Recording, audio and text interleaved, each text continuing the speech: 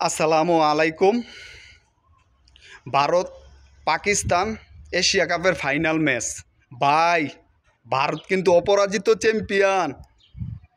সেখানে পাকিস্তান এশিয়া কাপের মধ্যে 3 ম্যাচ ভারতের সাথে খেলে 3টাই পরাজিত হয়।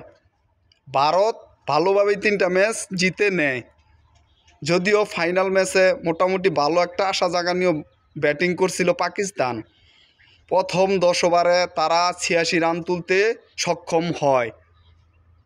দ্বিতীয় 10 ওভারে তারা 60 রান করে 9 উইকেটে।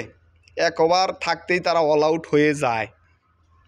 পাকিস্তানের সামনে বড় একটা সুযোগ ছিল ভাই, আর 20টা রান যদি বেশি করতে পারতো তাহলে পাকিস্তান অনায়াসে ম্যাচটা জিতে যায়। সেখানে পাকিস্তানের একের পর এক উইকেটের পতনে পাকিস্তান অনেকটাই পিছিয়ে যায়। ভারত ফার্স্ট ব্যাটিংয়ে নামে।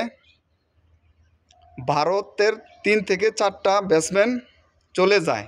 তিলক বর্মা, সূর্যা কুমার, সামজু স্যামসং ভালো একটা স্টার্ট দেয়। সে জায়গা থেকে ভালো একটা মোমেন্টামের দিকে ভারত এগিয়ে যাচ্ছে।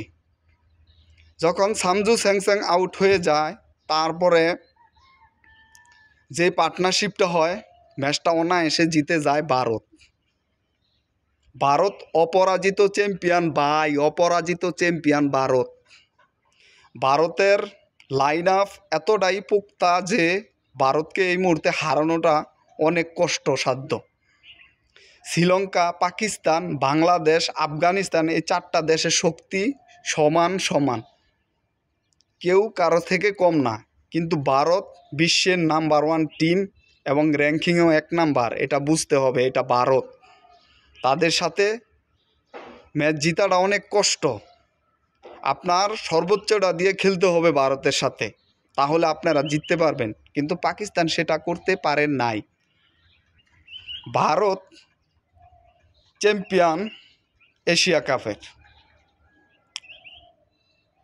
তো তারা পাকিস্তানের হাত থেকে কোনো ট্রফি নিবে না।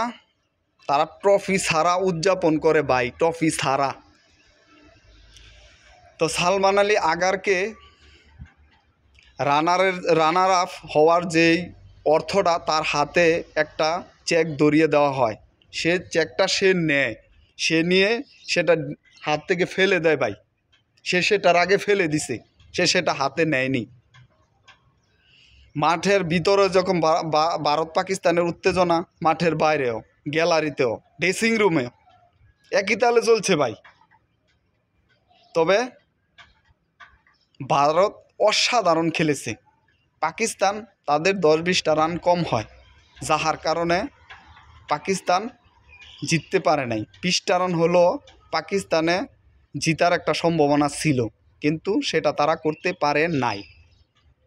ভারত অসাধারণ খেলেছে, অপরাজিত চ্যাম্পিয়ন হয়েছে। সবাই ভালো থাকবেন আর বেশি বেশি ভিডিওটা শেয়ার করবেন।